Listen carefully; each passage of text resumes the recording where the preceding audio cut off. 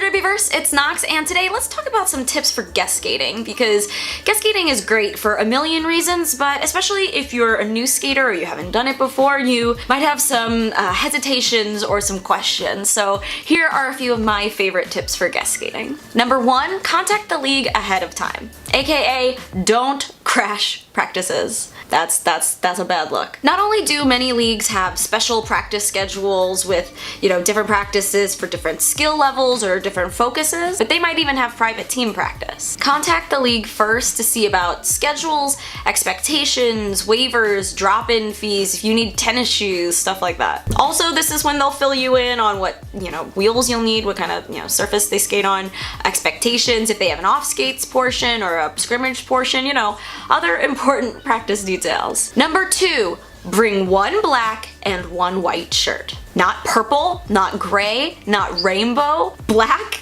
and white. You should probably always have these in your bag, but it's especially important when guest skating so that you're prepared for anything that they're doing. Number 3, connect with the practice leader. When you get to practice, find out who the practice leader is and introduce yourself. Not only is it just good practice, but this is also when they can tell you about drills, any certain team strategies or terminologies, and procedures for drills. Number 4, understand that this practice isn't about you. And what I mean by this is be ready to fill whatever role they might need. If they're prepping for a game or practicing a certain strategy or trying to strengthen their, team dynamics, you might not get that many reps, and that's okay.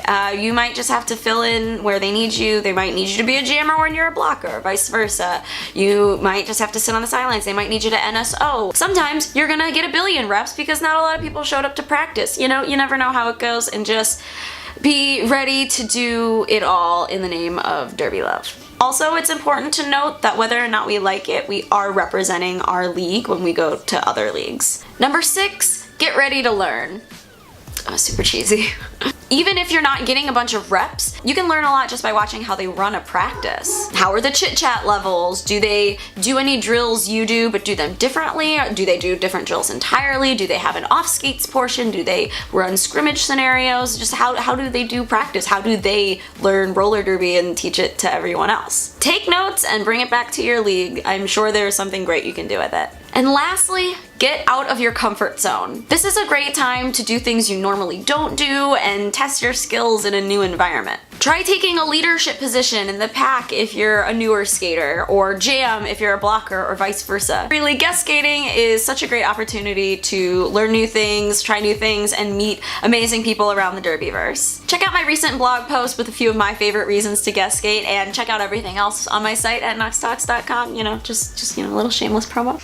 I want to give a shout out to 3 of my amazing patrons, Headrush, Flux, and Harper. These amazing folks help me continue to make content, help keep everything rolling. So if you know them in real life, give them a high five for me. If you want to learn more about our little Patreon club, you can visit patreon.com/NoxTalks. And if you want to catch me in the meantime before the next video, you can find me at Nox Talks at any of these places.